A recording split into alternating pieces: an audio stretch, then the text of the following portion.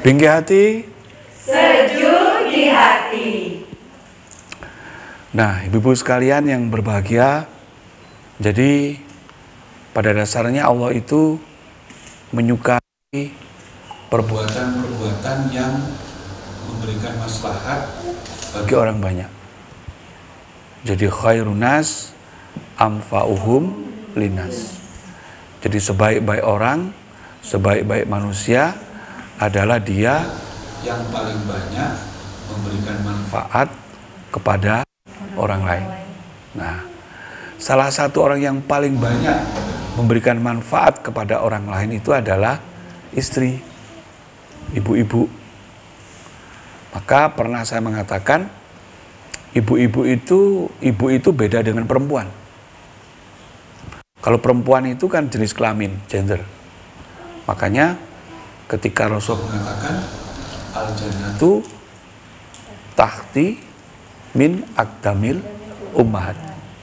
Surga itu berada di bawah telapak kaki perempuan. Enggak kan? Nah, ibu kan? Nah, jadi surga itu di bawah telapak kaki ibu, bukan di bawah telapak kaki perempuan. Kenapa? Karena perempuan itu cuma jenis kelamin, membedakan laki-laki dan perempuan. Tapi kalau ibu itu fungsi perempuan sebagai ibu.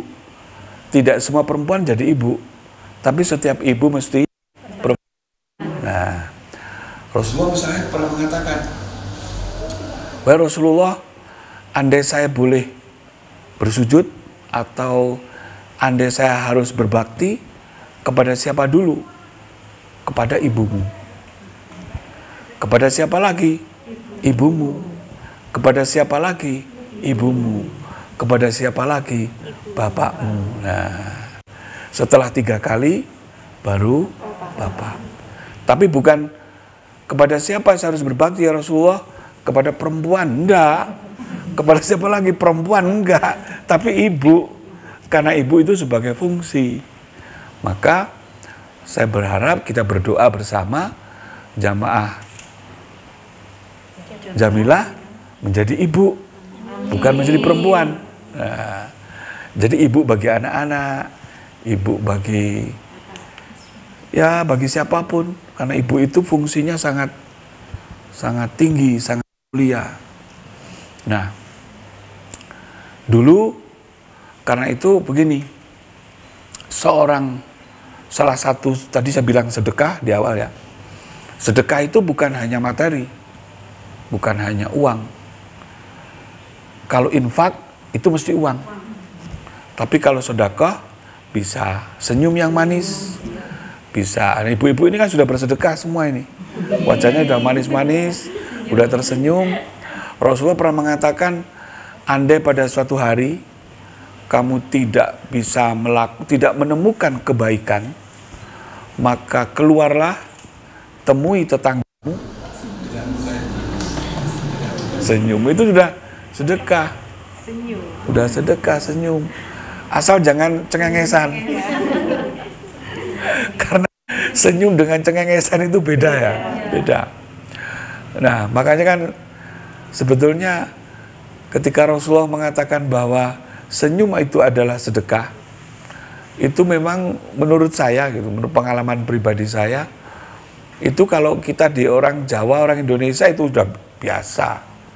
Orang Jawa itu udah suka senyum, tapi kalau di Mekah saya susah cari orang senyum. Ya Bu Rosa, susah banget cari orang senyum di sana itu. Makanya mungkin Nabi sampai bilang senyum sedekah itu, karena memang di sana senyum itu langka. Lah di sini enggak. Mungkin di sini mingkem sedekah gitu ya. Karena semua orang enggak sedekah. Nah, itu senyum. Jadi Rasulullah dengan Aisyah istrinya itu kan juga berbagi. Rasulullah itu orang yang sangat sayang kepada istrinya. Hangat, romantis. Jadi jangan dikira nih Rasulullah itu terus tegang dulu. Cuma boleh, enggak boleh, haram, halal, enggak. Rasulullah itu suka senyum, suka sedekah, senyum. Rasulullah juga suka guyon. Pernah Rasulullah ditanya oleh seorang perempuan tua, ibu-ibu udah tua. Wahai Rasulullah, apakah saya bisa masuk surga? Apa jawaban Rasulullah? Maaf, di surga nggak ada orang tua. Nah, sampai itu kemudian dia pulang, nangis 3 malam. Kemudian ditanya Aisyah, kenapa ibu Anda kok menangis? Iya, 3 hari yang lalu saya datang kepada Rasulullah dan bertanya, wahai Rasulullah, apakah saya bisa masuk surga? Rasul menjawab, maaf ibu, di surga tidak ada orang tua. Nah, kemudian Aisyah konfirmasi kepada Rasulullah, wahai Rasulullah, ibu sudah nangis 3 hari 3 malam, bersedih, katanya nggak bisa masuk surga karena dia tua. Apa jawaban Rasulullah? Ya memang, di surga kan nggak ada orang tua. Di surga itu nggak ada orang tua, semuanya muda semua. Nah, itu kan guyon Rasulullah. Guyon, seneng, siapa bilang Rasulullah nggak bisa guyon? Seneng guyon Rasulullah. Rasul pagi-pagi bertanya, wahai Aisyah, apakah hari ini ada sarapan? Nggak ada ya Rasulullah. Baik, saya puasa. Wah, enak loh. Enak banget. Nggak seperti suami kita ya, nggak seperti saya. Nggak ada sarapan, marah-marah.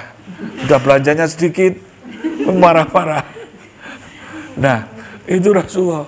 Nah, begitu puasa, datang sore-sore, ada tetangga sebelah rumah memberikan hadiah, bukan sedekah.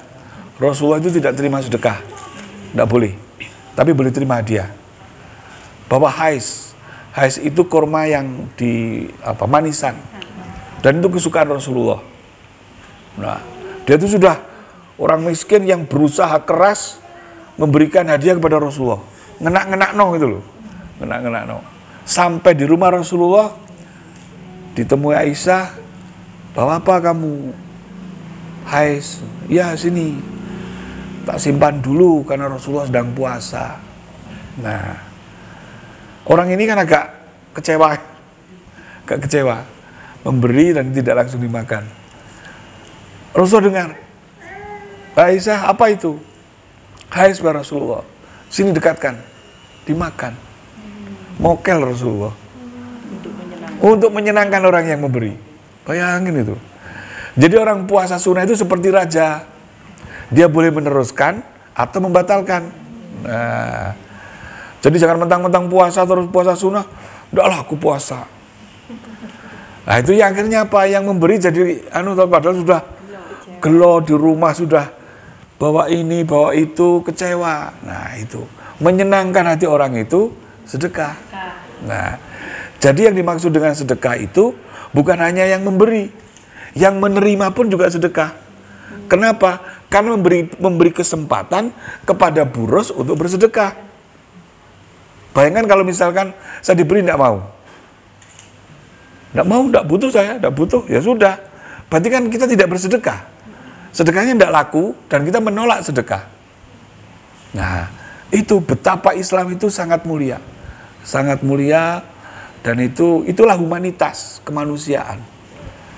Dan ketika berbuat baik itu, kita tidak memandang agama, tidak memandang golongan. Mau ngasih makan aja kita tanya, agamamu apa? Terus setelah Islam yang mana? Muhammadiyah apa NU? Enggak ketemu. Mau nolong aja kok nanya macam-macam.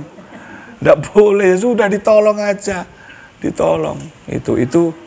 Itu Islam begitu.